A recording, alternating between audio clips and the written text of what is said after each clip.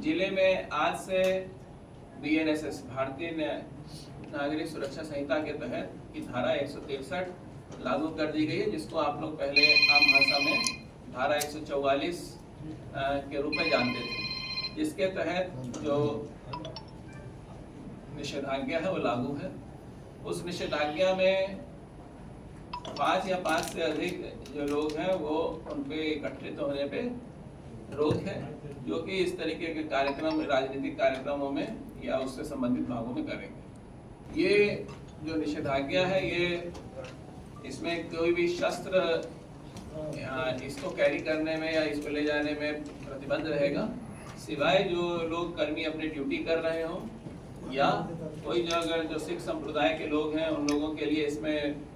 Freedom रहती है, या वैसे लोग जिनको कि अगर आदेश दिया गया हो कि वो लोग अपना शस्त्र सत्यापन के क्रम में या शस्त्र शाखा में या कहीं जो शस्त्रालय में जमा करने के लिए ले जाना चाहते हैं। और भारत निर्वाचन आयोग के द्वारा जो निर्देश हैं उसके तहत आदर्श आचार संहिता का पूर्ण रूप से पालन करेंगे। कोई भी व्यक्ति, राजनीतिक दल, संगठन इनके द्वारा राजनीतिक प्रयोजन से संबंधित किसी भी प्रकार की सभा, जुलूस, धरना या प्रदर्शन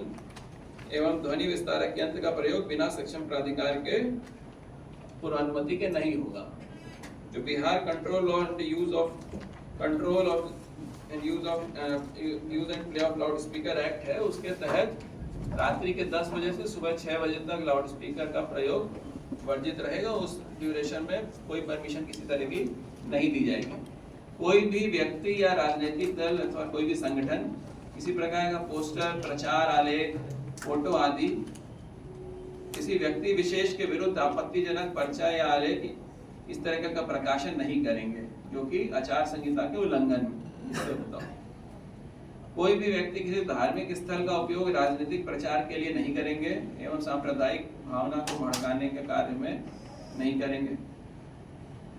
कोई भी व्यक्ति, राजनीतिक दल या संगठन मतदाताओं को डराने, धमकाने एवं किसी प्रकार के प्रलोभन में लाने के लिए कोई कार्य नहीं करेंगे। और साथ ही साथ प्रदूषण फैलाने वाले जो प्रचार सामग्रियां हैं उनके इस्तेमाल पर भी राजनीतिक दलों को इसमें रोक रहेगी। जैसा कि मैंने बताया कि शासकीय कार्य में प्रतिनियुक्त दंडाधिकारी या पुलिस पदाधिकारी जो हैं इन पे अग्नेयास्त्र के उपयोग या निषेधाज्ञा उन पे लागू नहीं होगी। सिख धर्मावलंबियों के जो त्रिपाल धारण करने वाले हैं या कोई ऐसे धार्मिक व्यक्ति जो परंपरा अनुसार धारित किए जाने वाले शस्त्र हैं वो इस निषेधाज्ञा के परिधि के बाहर रहेंगे। शव यात्रा, धार्मिक अनुष्ठान, सामाजिक शादी, विवाह या सांस्कृतिक जो जुलूस कार्यक्रम है उस पे निषेधाज्ञा के परिधि के बाहर रहेंगे। और अगर कोई भी व्यक्ति जो अपना शस्त्र का सत्यापन जिनके पास है, लाइसेंसी शस्त्र हैं, उनको अगर करेगा तो उस पे ये निषेधाज्ञा को छूट रहेगी। तो ये इस तरीके से एक माहौल यहाँ पे हम लोग का निर्मित होगा जिसमें कि मतदाता बिना किसी प्रलोभन के शांतिपूर्वक अपने मताधिकार का प्रयोग करेंगे और एक स्वच्छ वातावरण में इसमें होगा। इस चीज़ को सुनिश्चित करने के लिए आज से हमारे जितने भी फ्लाइंग स्क्वाड हैं, वीडियो सर्वेलेंस टीम है, ये सारी चीज़ें टीम्स आज से हम लोग की चालू हो जा रही है। साथ ही साथ जितने चेक पॉइंट हैं वो भी हम लोगों के जो गजट नोटिफिकेशन है उसकी तिथि से वो भी चालू हो जाएंगे। सभी टीम्स को ये हम लोगों ने डायरेक्ट किया है और ट्रेन किया है पिछले कुछ दिनों में कि किस तरीके से वैसी सामग्रियों और वैसी चीज़ों को खास तौर से देखना है, रोकना है, जो कि निर्वाचन में प्रलोभन के रूप में इस्तेमाल की जा सकती है। आम लोगों को परेशानी ना हो इसके लिए भी सभी को ट्रेन किया गया है और लोगों में भी इस चीज़ की एक जागरूकता होनी चाहिए कि किस तरीके से या क्या चीज़ें परिधि के में है और ख़ास तौर से जो कैश का मूवमेंट है इन सब चीज़ों के लिए। तो आम तौर पे जो मानक है उसके अनुसार इस तरीके से है कि अगर कोई भी व्यक्ति 50,000 रुपये से ज़्यादा का कैश अगर लेके जा रहा है तो उसको एक जस्टिफिकेशन उसका रहना चाहिए कि वो पैसा कहाँ से आया या किस प्रयोजन के लिए ले जा रहे हैं। जो संबंधित मजिस्ट्रेट या जो जांच दल रहेगा उसको संतुष्ट करके उसके बाद उसको ले जा सकते हैं। लेकिन अगर 10 लाख रुपए से ज़्यादा का कैश मिलता है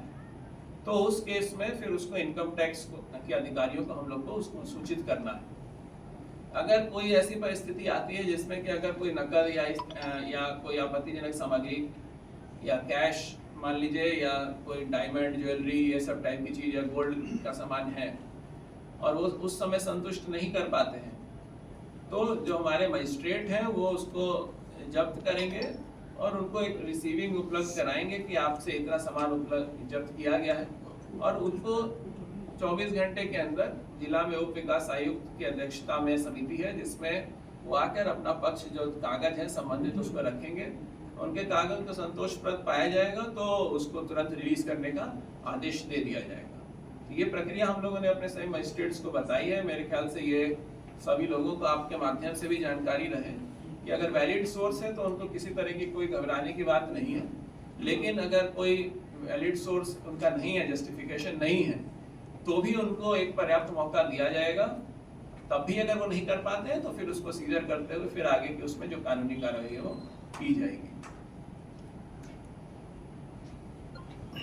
सभी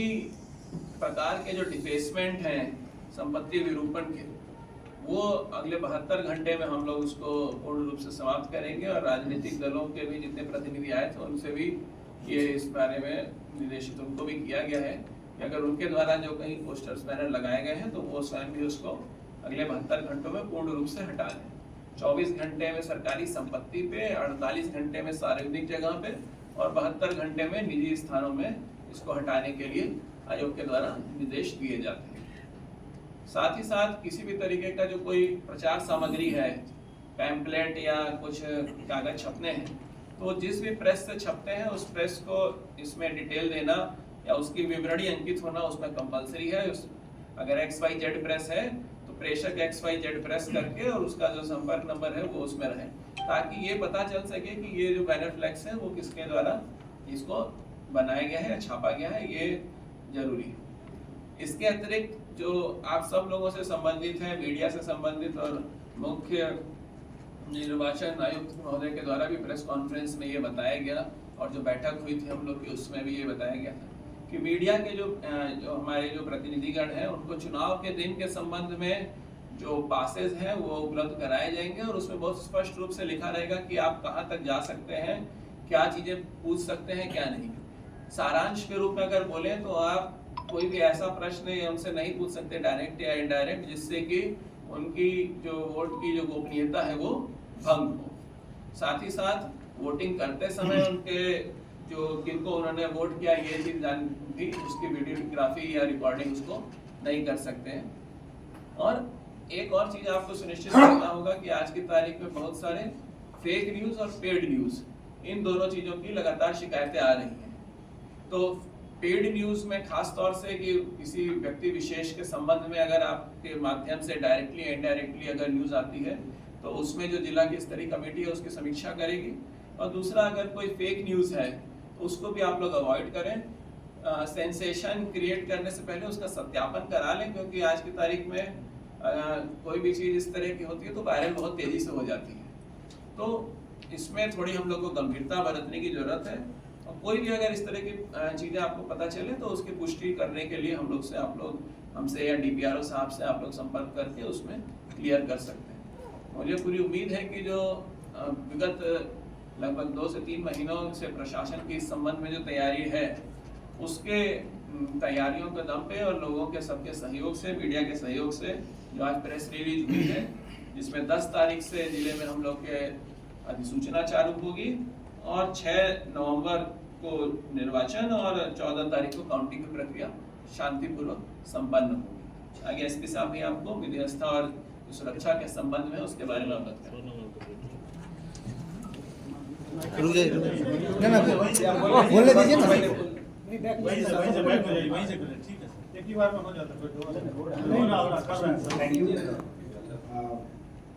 थैंक यू सर। जैसा कि आप सभी को विदित है कि जो पुलिस है उसका कार्य शांतिपूर्ण तरीके से स्वच्छ प्रक्रिया के तहत भय रहित वातावरण में निर्वाचन को संपन्न करना है और उन सभी कारकों को नियंत्रित और समाप्त करना है जो या तो लाभ या प्रलोभन का कारक बन सकते हैं या भय अथवा दबाव का कारक बन सकते हैं। आप सभी को यह भी विदित है कि माननीय निर्वाचन आयोग के निर्देशानुसार लगभग 6 माह पूर्व से निर्वाचन की तैयारियों की प्रक्रिया प्रारंभ हो जाती है। इस रूप में निर्वाचन की जो तैयारियां समस्तीपुर पुलिस ने की हैं उसके तहत 17,000 से अधिक लोगों के विरुद्ध प्रिवेंटिव प्रपोजल्स हम लोगों ने भेजे थे, जिनमें से 10,238 लोगों के विरुद्ध बाउंड डाउन की कार्रवाई की गई है 126 और 135 BNSS के तहत, जिसको पूर्व में आप लोग 107, 116 की कार्रवाई के नाम से जानते हैं। हैबिचुअल ऑफेंडर्स के लिए भी प्रिवेंटिव प्रपोजल्स भेजे गए हैं और जिले के अंतर्गत जो भी प्रोक्लेम्ड ऑफेंडर्स हैं, जो हिस्ट्री शीटर्स हैं, गुंडा पंजी में जो लोग जिनका नाम दर्ज है, उन लोगों की रेगुलर प्रेजेंस पिछले 1 माह से कुछ इंश्योर की जा रही है और अगले 1 माह तक लगातार उन पर निगरानी रखी जाएगी और या तो उनके स्थानीय थानों में अथवा जैसा जिला पदाधिकारी महोदय का उन CCA के प्रस्तावों में आदेश हुआ है, संबंधित थानों में जिनमें थाना बदल करते हुए अथवा जिला बदल करते हुए उनकी उपस्थिति के आदेश निर्गत किए गए हैं, उन सभी जगहों पर उनकी उपस्थिति सुनिश्चित की जाएगी। आर्म्स डिपोजिशन हम लोगों का 25% है और चूंकि निर्वाचन की घोषणा हो गई है और तारीख तय हो गई है, इसलिए जो स्क्रीनिंग कमेटी है, उस स्क्रीनिंग कमेटी के निर्देशानुसार अगले 1 माह में जहां भी आवश्यकता होगी हम लोग आर्म्स डिपॉजिट करवा लेंगे। जैसा कि जिला पदाधिकारी महोदय ने आप लोगों को बताया कि जो हम लोगों का SST, FST, चेक पोस्ट वगैरह का मैकेनिज्म है, वो आज से अपने प्रभावी रूप में लग जाएगा। इसके लिए जो भी बल स्थानीय स्तर पर या बाहर से हम लोगों को आवश्यकता है, वो निर्वाचन आयोग द्वारा हम लोगों को उपलब्ध करा दिया गया है, उसका भी इफेक्टिव यूज हम लोग करेंगे। मुझे आशा है कि शांतिपूर्ण, स्वच्छ और पारदर्शी चुनाव प्रक्रिया में मीडिया बंधुओं का भी समस्त पुलिस और प्रशासन को सहयोग मिलेगा। Thank you.